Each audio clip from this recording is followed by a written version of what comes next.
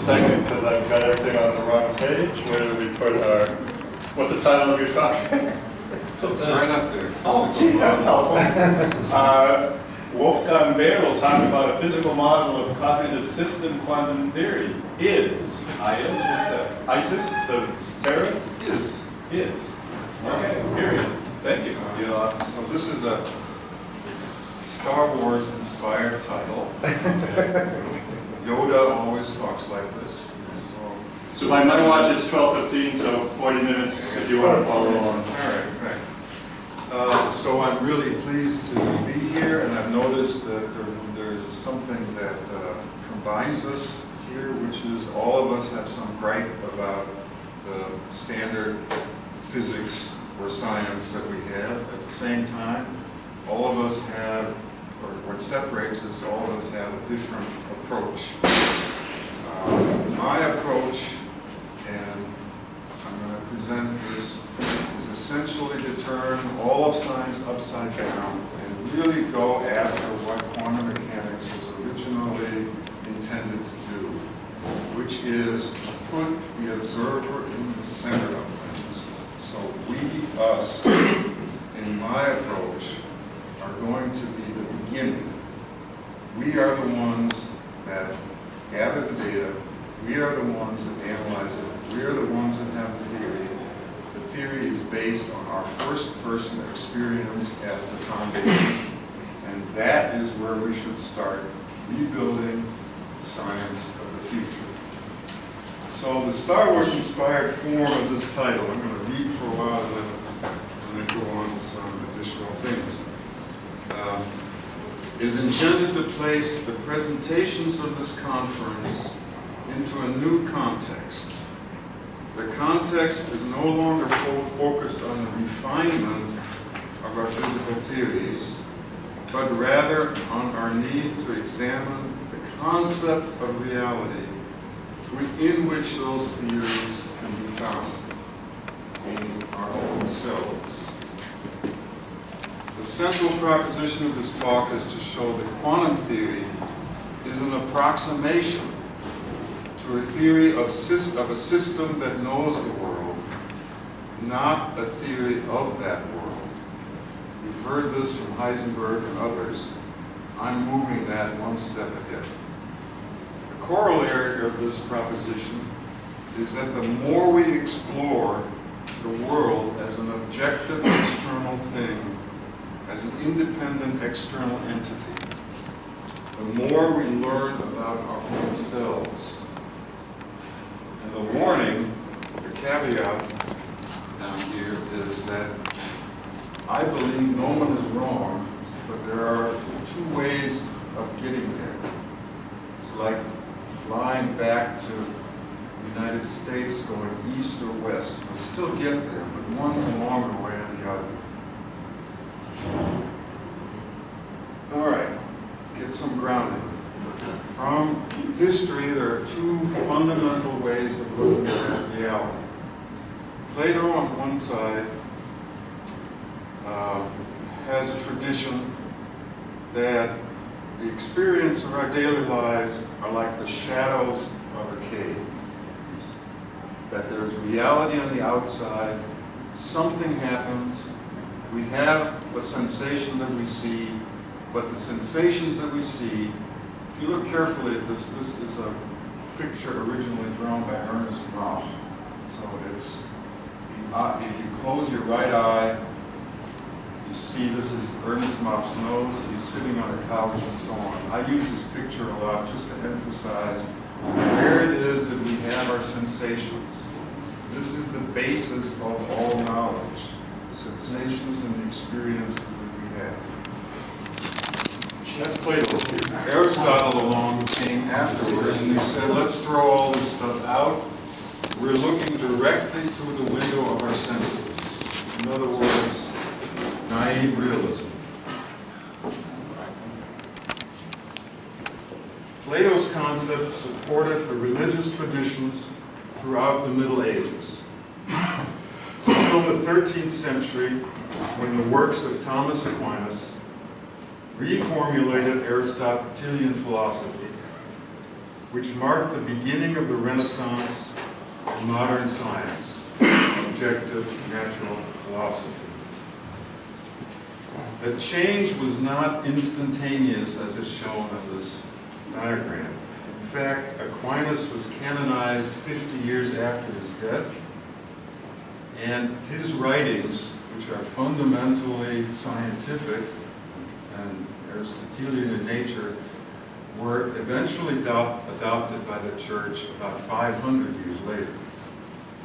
By that time, Kepler, Newton, Leibniz, and others had already established the Renaissance and the beginnings of our modern science until the beginning of the 19th century. I marked here Max Planck.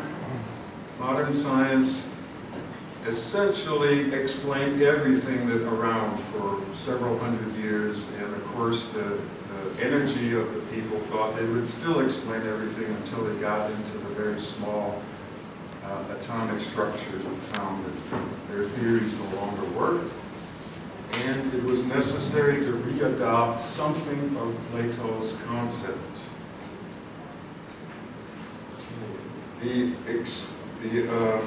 To appreciate this change, let's consider how objective science explains our everyday experience. So light from objects in an independent universe is assumed to hit our sensors. This stimulation is processed into the images of the objects we experience by as yet unknown mental processes, but we know that they happen. These images are projected back into the objects we see because we believe they were there in the first place. And so there's a fundamental circular logic in our basic fundamental science. It's the naive reality assumption is that what we see is equal in some critical aspect to what there is. Okay, along comes quantum mechanics.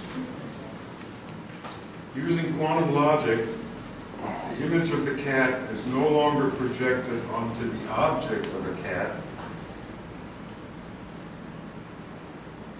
It's projected onto a wave function, or a de Broglie wave, a matter wave. And this separation reintroduces the concept of some ideal truth versus the actual thing that we see.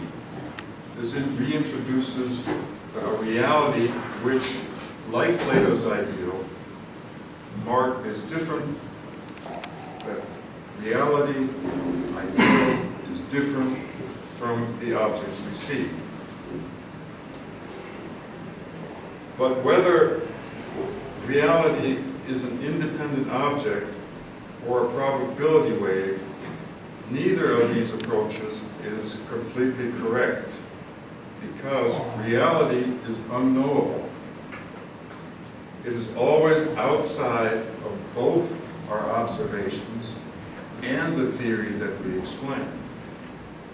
So this is the actual reality. Behind there is the cycle of measurement, sensation, explanation. This cat, although I've shown it here just to make a presentation, is never something that you see. It's always a little bit ahead, outside, if you believe in sensors and so on, outside of the sensors that stimulate you to produce the sensations that you see. To get a feeling for our situation, consider this view from inside a modern version of Plato's cave.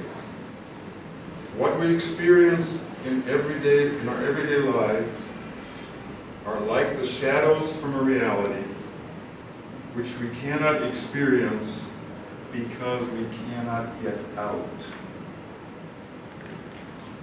Right? That gives gives us a big problem. We cannot experience mystics have said this a long time, gives us a big problem. I recognized this problem in the picture when I did my thesis, and that's why I added the picture or the symbol inside the symbol in order to solve it. What we can do is manipulate reality through the symbols of our theory.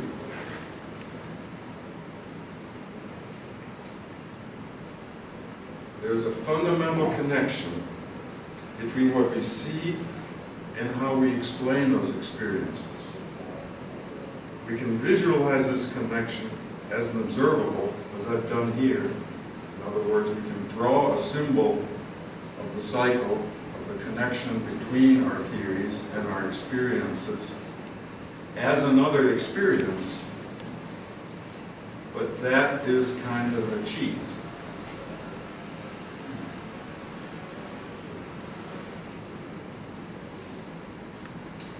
We cannot experience our own processing loop objectively because we can't get out to see it.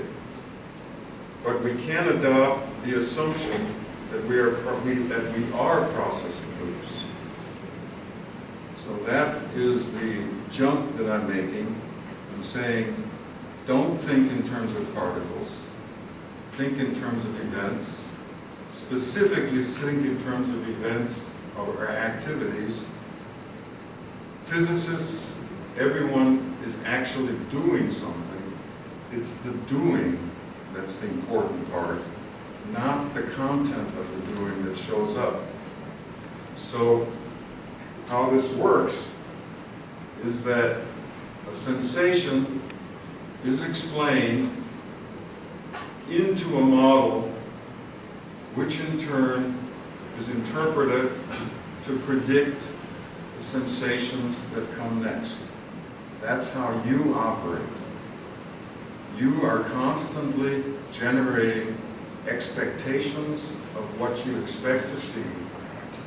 If I make any sense to you, if my words make sense to you, it's because you are actually predicting that I'm going to speak in English. You're predicting to some extent what I'm going to say. And if I say sort of the thing that you predict, we're communicating. You're comfortable, and I'm comfortable as I see you smile. So that's the fundamental flow, which I believe is the foundational concept that we need to move toward. Okay, how does quantum theory do this? This is a picture of the basic operations in quantum theory. We're talking about, a lot of this has come from Henry Stapp. I don't know if you know him, he's at Berkeley, but he was one of the people who 20 years ago wrote very critical stories about why classic physics does not or cannot explain our experiences. You know him, I believe. And so what he said was that there are several processes besides the one that von Neumann created as process 1 and process 2. So he identified process 0 here as the measurable observables, which I put into the thought bubble because this is where we experience them. And this represents the pattern of action, energy times time. I'll stop for a second and say that the other thing I'd like to say to physicists, stop thinking about energy as being so important. It's action. Action is the thing that is the thing. Energy is the rate at which action is flowing through your now space, the space in front of you, your personal now space. Something is flowing through it. Action is the concept that you need to adopt as the more fundamental. Energy, how about information is more fundamental instead of action? Information is an encoding of things. Action itself is the most fundamental. We can we can imagine that as flowing. At any rate, our linear system now takes action, puts it into an explanatory equation here, generates the explanation that it's a wave function.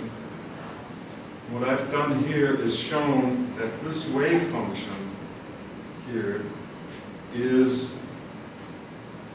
what I would call, or physicists would call, the Hilbert space.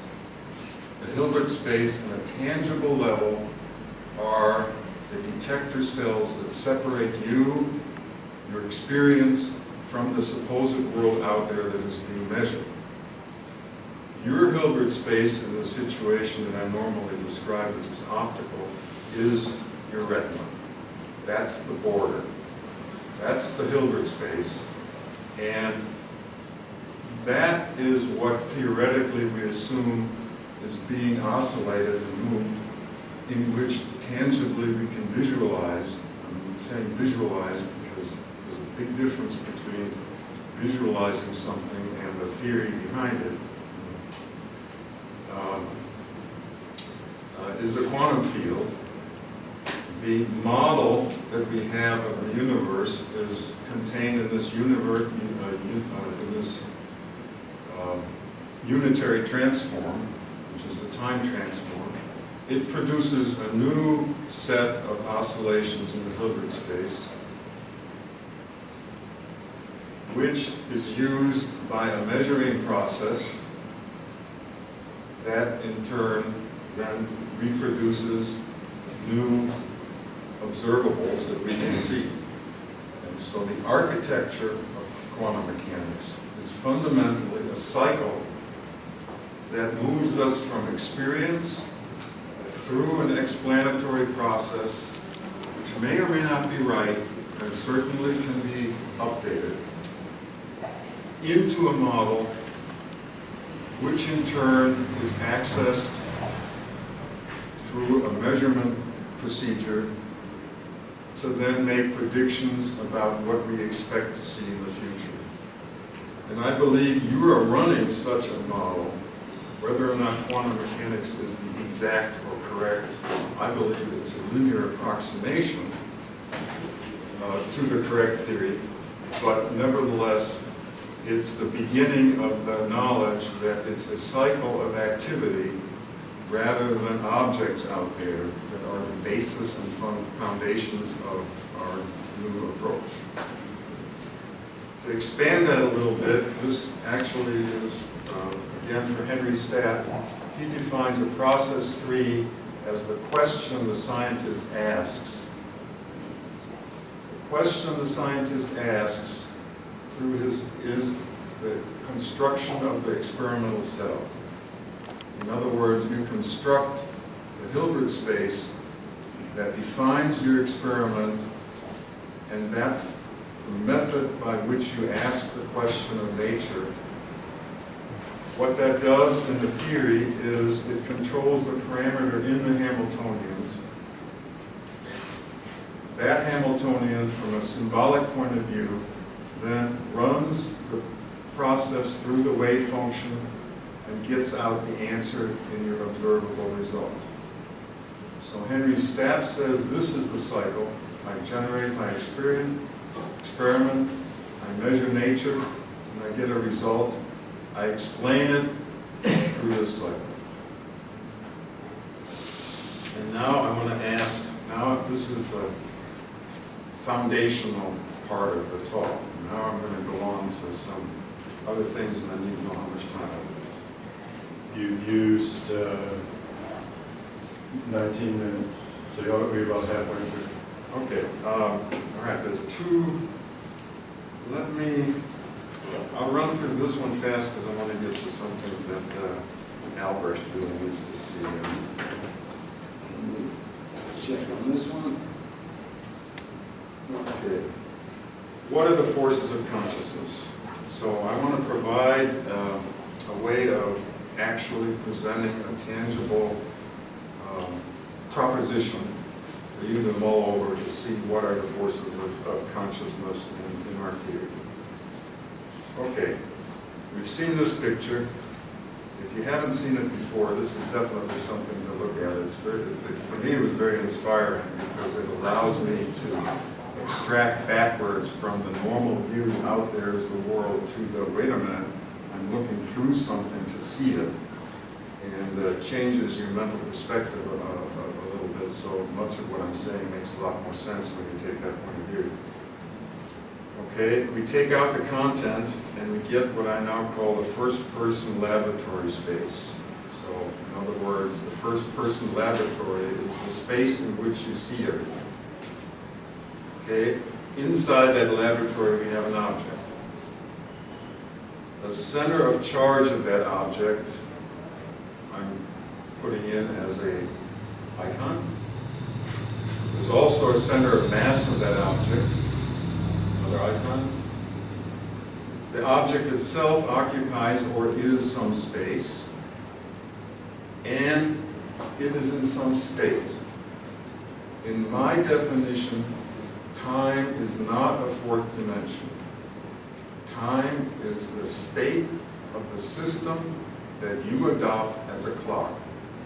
Traditionally, that's been the state of the universe as measured through the position of the stars.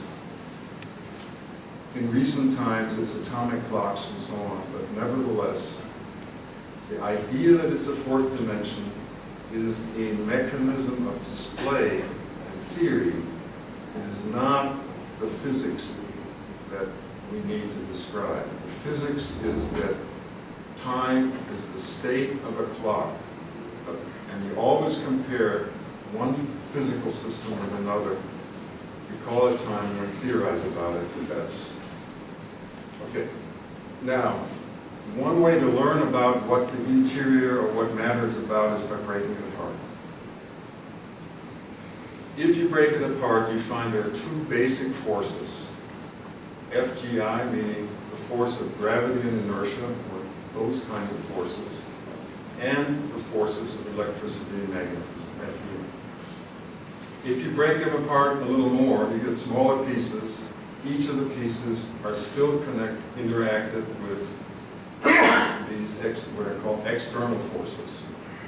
You keep going, more interconnections, but you never change the types of forces. What we see from the outside is always the same set of fundamental forces. Gravity and inertia on one side, electricity and magnetism on the other.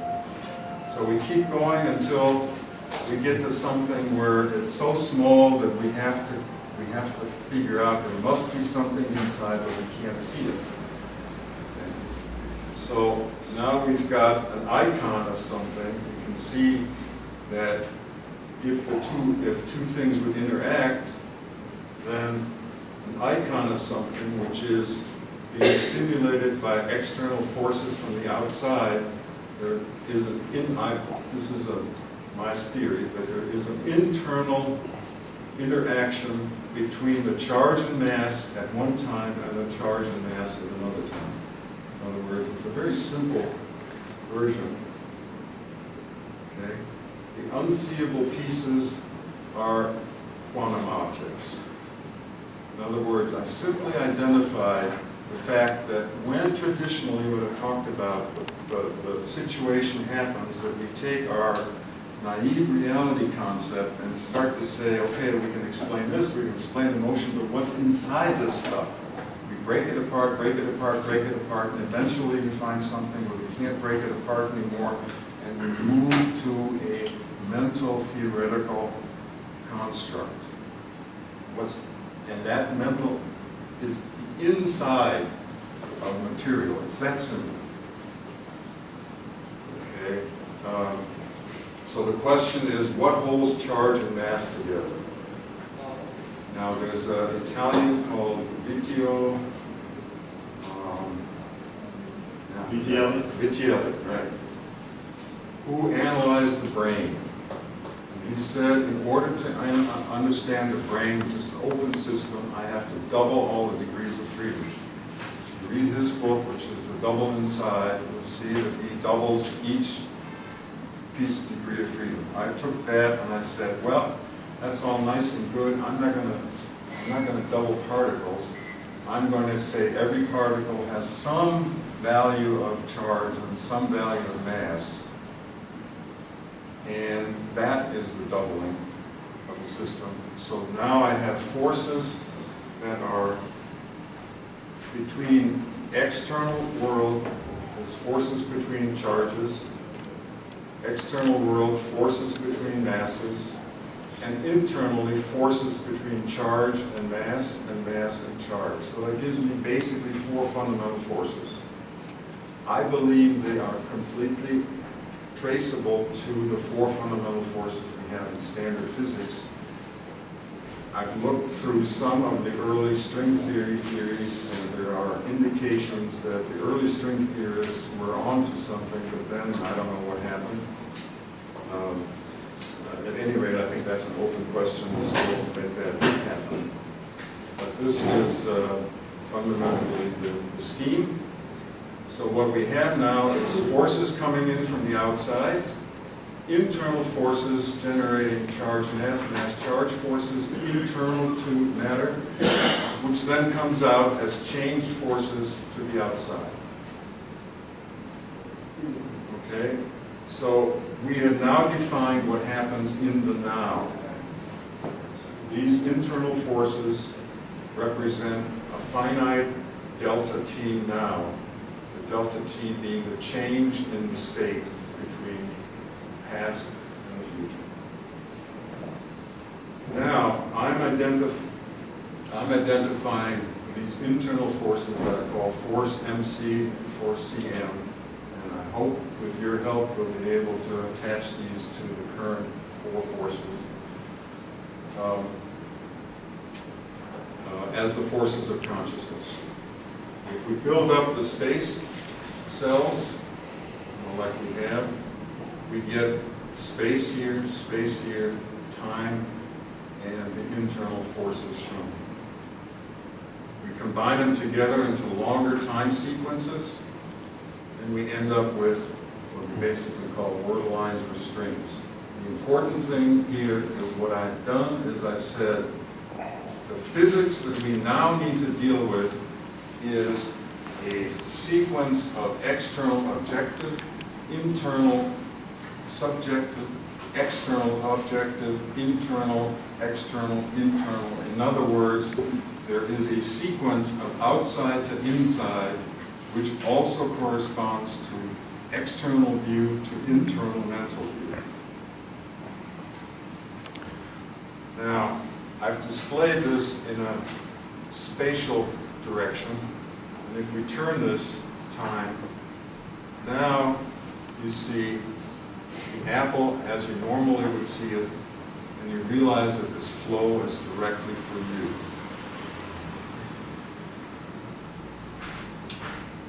And now I'm pulling it apart again.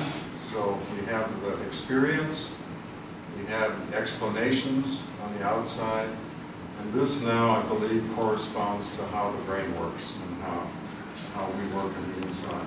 That inside the material of our brain, at the very fundamental level, the level I hope we can connect with the abstract of Peter, there is a lowest layer of mass, charge, space, and time.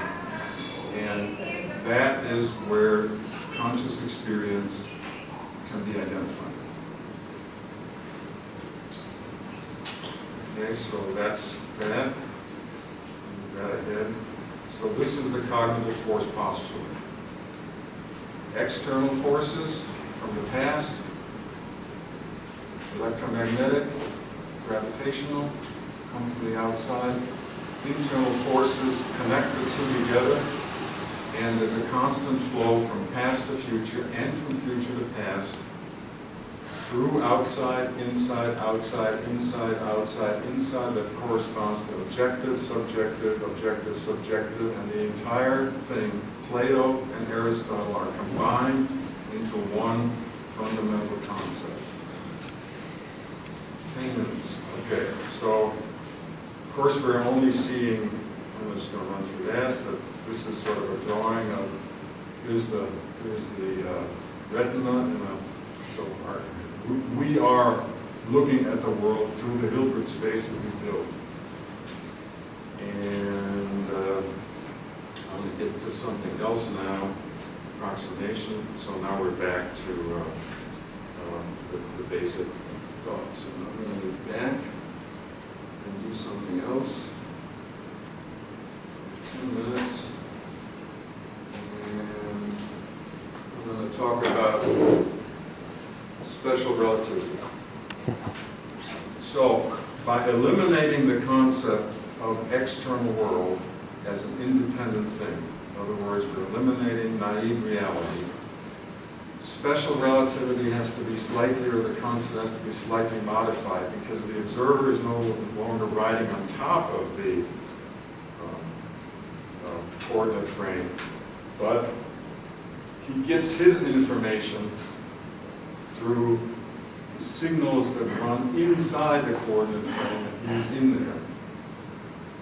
Okay? So the idea is that what Einstein did, on the next slide, he actually did his thinking, and everyone who follows him inadvertently is assuming that there is a background space which is actually attached to his own imagination. And if you look at his thing, he's always talking, or they're always talking about the observer that rides along with the coordinate frame. I believe that the way to analyze it is to put the observer into the coordinate frame and eliminate the constant background space, which is, in a sense, an objective world, a kind of an ether, if you will. Okay, so the actual experiments should be done somewhat like this, or the analysis. We've got 2 clocks, one's moving and one's stationary. They produce sensations in 2 coordinate frames. The coordinate frames present on some monitors, a human or some entity sees it, calculates out a record. And what we should be doing is, from 2 coordinate frames, actually comparing the records. In order to eliminate all the talk about consciousness, which scientists, physicists don't like, I've come up with a scheme which says that I'm going to build the record into the measuring instrument. So here's the record. The record is formatted by drawing waves in space, and along the record it's got a loop. It turns around here, and therefore the clock, this is the internal clock which is rotating, is now automatically taking the record with it, which means what I record on the record is instantly, here's a clock that sends a signal, there's an internal clock, so here are the pulses recorded from the internal clock, here's the one that's moving along here. That eliminates the human being and allows us then, in the end, just to compare records. Okay, now we put 2 of them there because we need, the normal thing is to compare 2 coordinate frames. We still have Einstein looking at the thing and ourselves looking at the thing. And in order to get rid of that, we've got to have a 3rd one. Now, this is an important slide because by eliminating the background space, I've drawn a theory which is very difficult for people to grasp. The background now, this stuff here, all of this around the page, is not part of the theory. It has no significance. There is no significance in the distances or anything. You've got to put something in there. Okay? It's kind of like saying the North Pole, and then you look at a model of the world and you see there's something holding the North and the South Pole on the model, and then you tell kids, well, there's a pole up there and Santa Claus is there. The model is the ball. The pole that holds the ball is not part of the theory and it has no significance at all. So there is no background space anymore. The background space has also been incorporated in some tangible ether, or whatever you want to call it, and I believe there is such an ether, but it's actually our own thinking process. All right, so now you do this calculation. There's a moving clock, a stationary clock. The clocks are in the third space. They produce effects. And here's the analysis. You take out the records and you compare them. And lo and behold, this is what I like Albrecht to help me out on, because sometimes I make mistakes in math. But what I come out with is that if you do this properly and record it, you're going to end up with a transformation which is slightly different from the one that we are normally see, and that is moving clocks and stationary frames dilates by this equation. No imaginary required. It's just the geometry of these two records on top of each other. The difference here is that if you expand this, you end up with the first and second terms being the same, and the difference is in the sign of the fourth order term. I'm not sure whether or not that level of accuracy has yet been achieved in experiments, but it's the level of accuracy that distinguish this approach from the standard Lorentzian transformation. And that is, gives me 5 minutes. So now I'm back. I think I'm going to just stop here. Photons, let's do this one just real fast.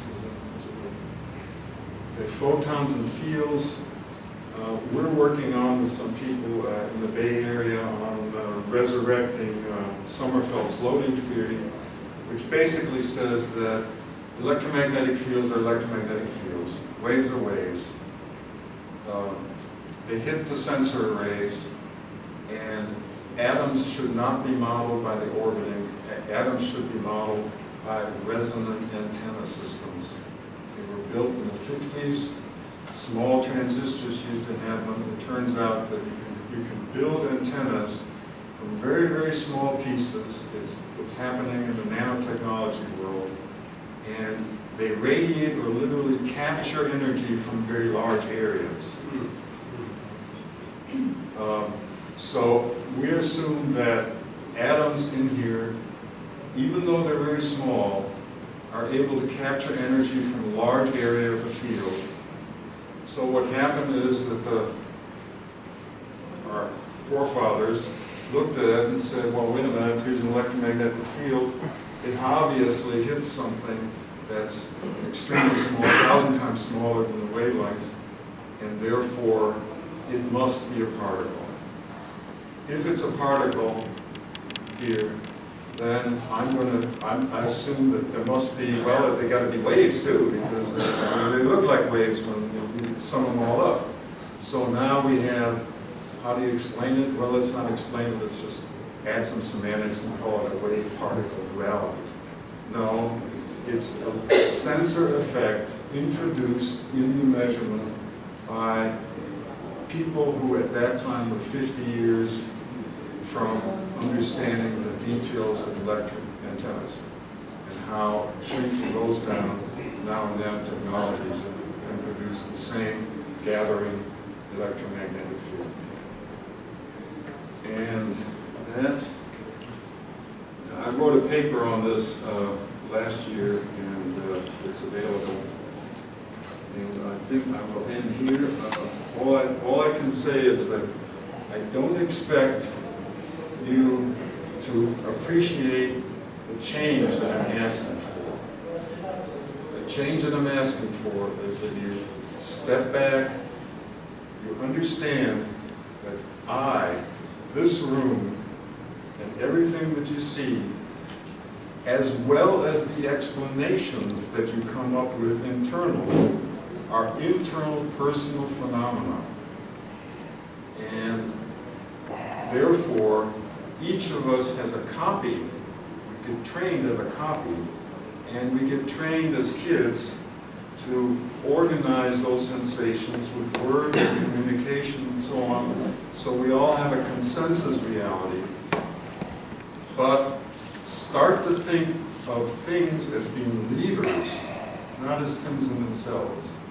You know, if you come up and move my arm, you're moving a lever through a system that then produces an effect in my sensational space. These are very different, and maybe I should say then, you know, something we talked about last time, which is that if you follow that, you'll come up with a multiverse of individual sensations connected by interactions. And I believe that as we study and think about the Big Bang, Tekmar's latest book produces the thought that the logical extension of adopting the Big Bang is that there must be a multiverse. I'm saying there is a multiverse, and each one of us is one of them. And that's it. Thank you.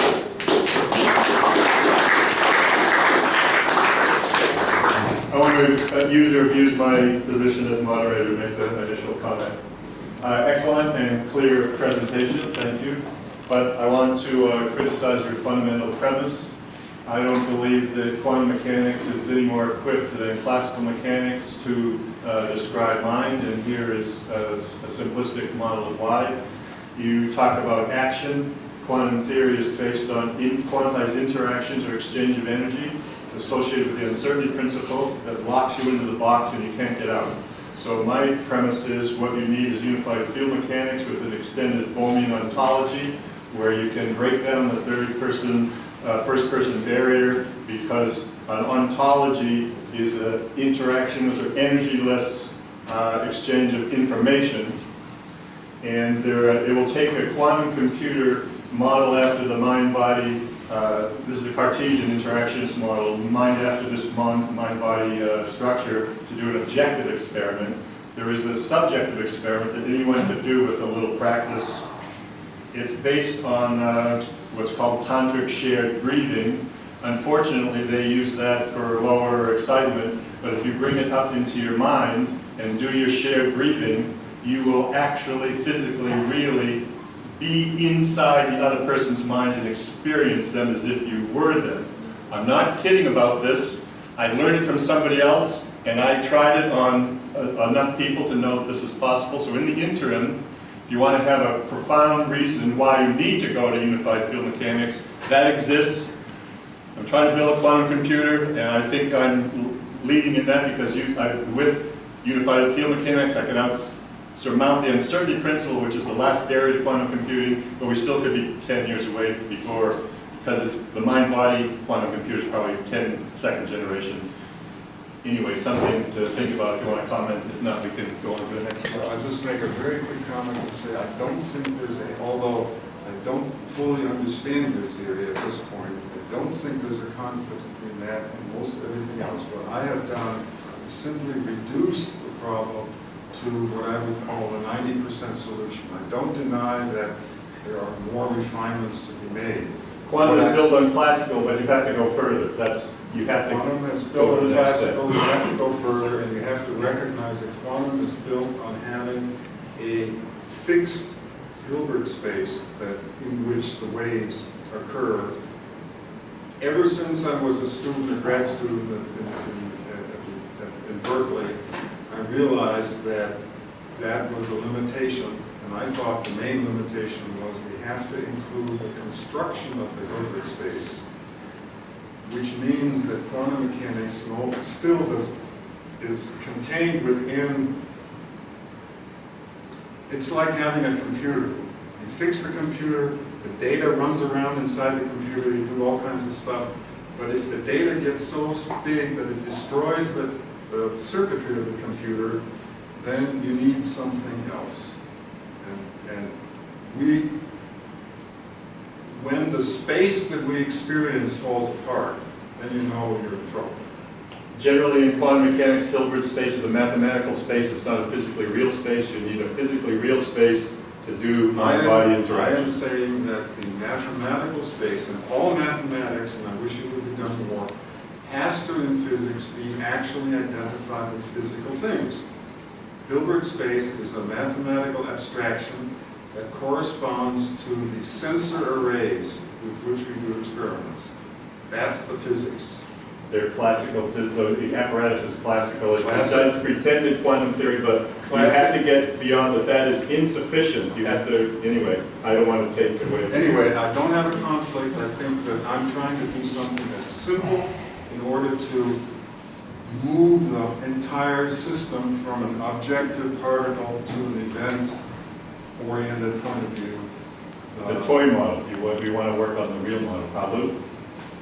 I just want to make a comment about inside and outside. When you are in a situation where there appears to be a distinction, as in your observer in the picture, language suggests that since there appears to be an inside, there must be an outside. Only language suggests that. There is not necessarily an outside. There can be simply the creation of the inherent distinction. That could be on. Yeah, but that's important for the whole epistemology of your approach.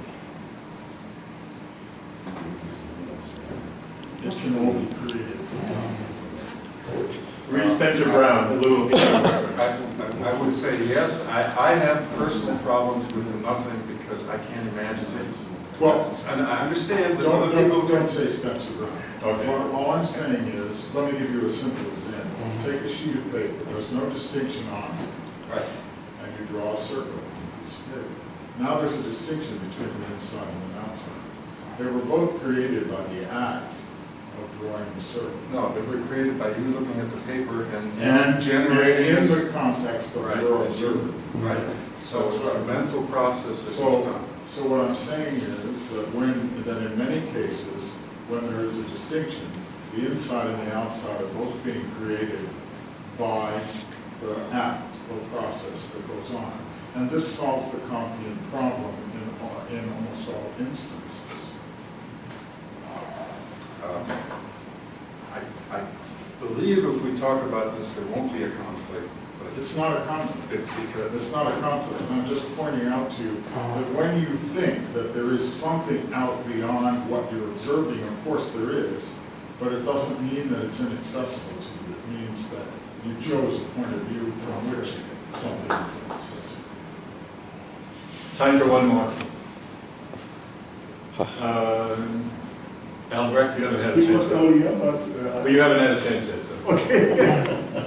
Okay, yeah, one simple thing, or one little thing. You have said that a photon is, in your opinion, a wave. And that you no, say... no, I haven't said a photon. I said a wave is a wave, and if we actually look at the mechanics, they always say a wave is one oscillation. Yeah. It's not a photon, it's one oscillation. So it's a chunk of electromagnetic thing. I've understood that you said that our impression that a photon is a particle is a sensor effect.